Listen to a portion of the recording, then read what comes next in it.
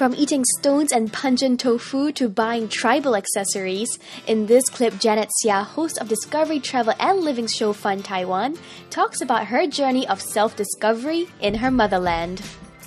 Now, which place would you say is the most misunderstood city?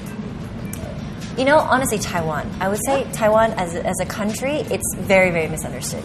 How so? Even with me, like before I went to Taiwan, it was kind of like, okay, it's where my parents are from. Stuff is, made in Taiwan.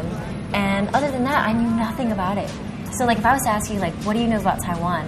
A lot of my friends were like, is that Thailand? No, different countries.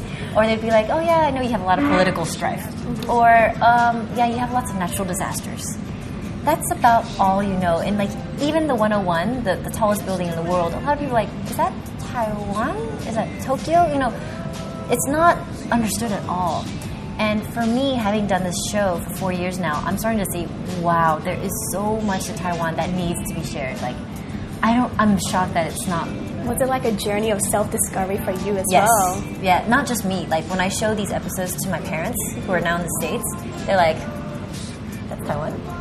Like, I didn't know that. They don't remember that part of Taiwan? They didn't. They had no idea that these places existed. Right. Okay. The Aboriginal tribes they have heard of. Mm-hmm. They've maybe seen some of their shows, but to actually go to their village and to see them hunting still or carrying their children, in these little sacks that they've made.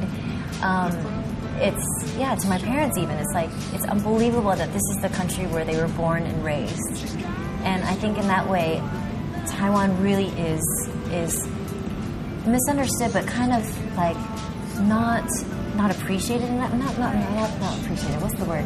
Not explored enough, is it? Not explored. Not looked upon as like a tourist destination. Okay. There is so much there that is to be offered, and I'm not just saying that because I'm there, but like I really feel like Taiwan has shocked me. Yeah. Like I see things and I'm like, this looks like Hawaii. This is Hawaii. Like, wait, this is Taiwan. And then I go to another place. I'm like, this reminds me of Machu Picchu in Peru. Like the houses are built the same way. It's like nobody knows this. Like I would never have known this before I went there. And of course the foods. Like, you can eat your way through Taiwan.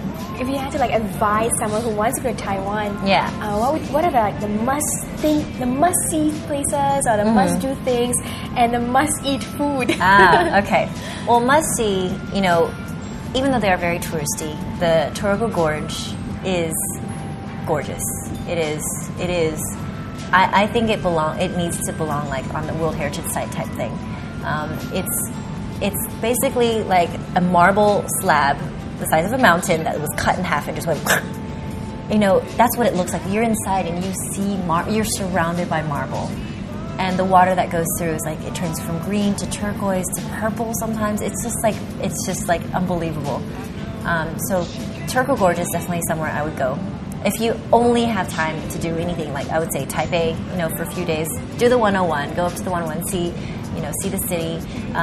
If you like hot springs, go to the Yangmingshan or Wulai and, enjoy a hot spring there. Just around Taipei alone, you could do so many day trips.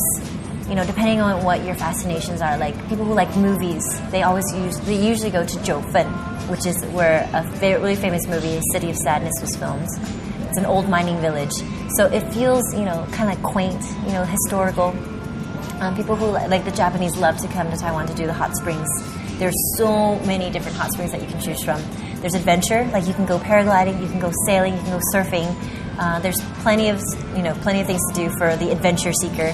And shopping? Shopping. I noticed that you've picked this necklace up. Yes, this is actually Aboriginal. It's from Sandiman.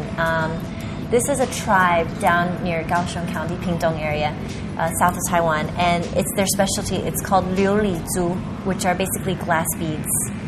It's actually an imported skill. It was like some of the missionaries who taught them how to make it, but they've actually kept up the tradition for hundreds of years. And so now they have this as like part of their wedding ceremonies, as gifts. I love it. Like I love buying, Aboriginal pieces, like really, really traditional pieces. So shopping there is great. Like it's actually really cheap. We have your night markets. Everything is made there, so it should be cheaper exactly there. Exactly. Bicycles. If you like riding bicycles, I think there should be a tour to Taiwan. First of all, like I never knew bicycles. So many bicycles were made in Taiwan. You know, giant, what I used to ride as a kid, they're made there. Anyways, like, Taiwan is perfect for bicycle enthusiasts. Like, you have really flat roads along the beach. You have really steep, I mean, you can go from 0 to 3,000 meters in like a few kilometers. It's crazy what you can do. So if you want a challenge, or if you just want a leisurely, beautiful kind of route, you have everything. And so, yeah, you can buy anything. You can buy, you know, really cheap products in the night markets. And then you can also have super duper luxury in like all these malls that are opening up in Taipei and in any of the major cities. And of course, foods. Yes, food. My favorite topic. I love to eat like the night markets, like the dishes that you can get. You know, it's the way I see it is, okay, in the restaurants are nice. You sit down, you know, you have these set menus that chefs have come up with. But these stalls in the night market, this is like a family tradition that's been passed down for 3 generations. They've made nothing but squid balls. And they're experts at it. They are experts. Like, if you've done nothing but make squid balls for the past 100 years, you're going to be good. So that's why I like to eat there. And not only that, like it's like snacking, you know, or it's like Spanish tapas. You get a little bit of the best of everything. Like, this person is good at squid balls. This person is good at chicken butts. This person is good at, you know, spicy tofu, you know. This place is good at zen oyster pancakes. You get to eat your way through the experience. That's what I would really, really highly suggest is you know, go local. Really, really go local. And don't worry about your stomach hurting, you know. Just take some, suffer later. Yeah, enjoy suffer later. now. Enjoy now. You know, it's an experience that you need to, your mouth will thank you for. While Taiwan holds the key to her heart, another Asian country has left a deep and meaningful impression for Janet.